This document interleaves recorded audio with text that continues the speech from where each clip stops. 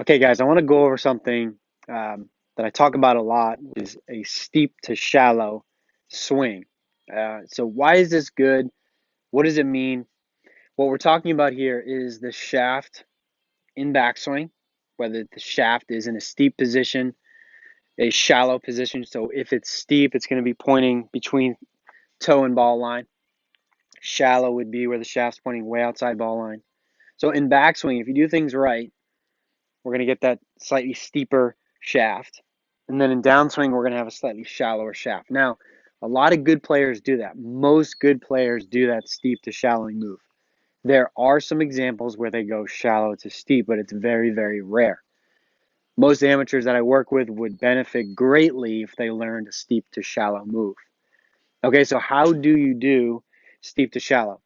If you take it back and we have some turn with the shoulders and hips, hands come a little bit to the inside. We're not rolling the face open, so face is square to the arc. And my shoulders rotate on a nice plane here, on my left shoulder pointing down. We should naturally get a steeper shaft here at this lead arm parallel, okay? And then it continue up to the top and we're in a good spot. Now, if you rolled the club open, you can see I'm getting it shallow. Or if I lose my shoulder tilt and I turn my shoulders more flat, we'll get it more shallow here in the shaft as well. So we want to rotate, no roll, shoulder points down. Now from here, we're in a great spot. On the way down to the ball, as I shift and turn, you can see how my hands start to go a little down and out.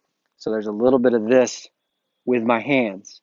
And if I allow the weight of the club to act on my hands, like just leaving it alone, letting the weight fall behind, it's going to shallow the shaft.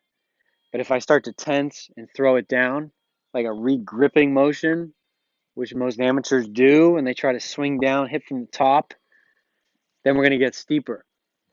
So if I get to the top and I start to shift and turn, my hands are going to come with it. The hands are going to start to go down and out, and then the weight of the club naturally should fall behind my hands if I allow it to. And then I get into a shallower position here with the shaft.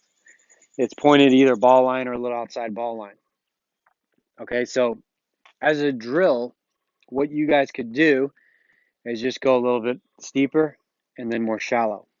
So you're thinking about the shaft in a steep position here. So anywhere between toe and ball line, continue up and then try to get the shaft pointed outside ball line.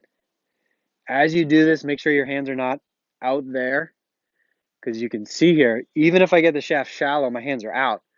I got to figure out how to get to the ball, and then I'm going to compensate and come down steep still. So we got to go steep to shallow. My hands are still a little bit back this way relative to the ball. All right, so it's a good little drill here, steep to shallow. So I hope that helped you guys understand what that means, how it can help you in some drills to work on.